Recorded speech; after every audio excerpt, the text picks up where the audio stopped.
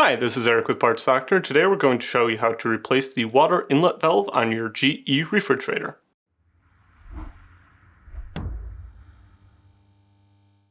If you need to purchase a new water inlet valve for your refrigerator, check out our website, partsdoctor.com, where we sell parts for all major appliance brands. These instructions are for the water valve located on the back of the refrigerator. See our other instructions showing how to replace the water valve inside the door. The water valve controls water flow to the ice maker and the water dispenser. When it fails, it can cause water not to flow to the ice maker or the water dispenser. It can also cause water to leak out of the ice maker fill tube.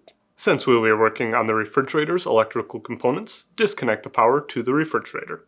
With access to the back of the refrigerator, remove the screws holding the compressor access cover in place using a 5/16 inch nut driver.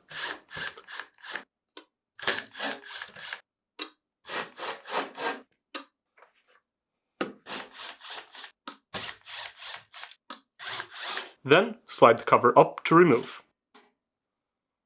Using a 1/4 inch nut driver, remove the screw holding the water inlet valve in place. Then, gently tilt up and pull the valve away from the refrigerator housing, being careful as it is still connected.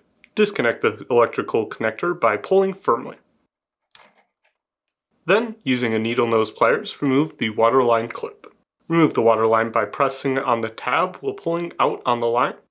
Keep some paper towels handy as water will likely leak from the valve. If you need to purchase a new water inlet valve, you can check out our website, partsdoctor.com. We'll leave a link in the description below. You want to make sure you are searching with the model number from the tag on your refrigerator to make sure you get the correct part. To install, insert the water line until it bottoms out, then gently pull on it to make sure it is seated correctly. Then, reinstall the clip. Reconnect the electrical connector. Next, insert the tab on the water valve into the retaining slot on the refrigerator housing and reinstall the screw. Next, align the access cover to the compressor compartment, being sure that the two tabs seat behind the lip and slide into place. Then, reinstall the screws.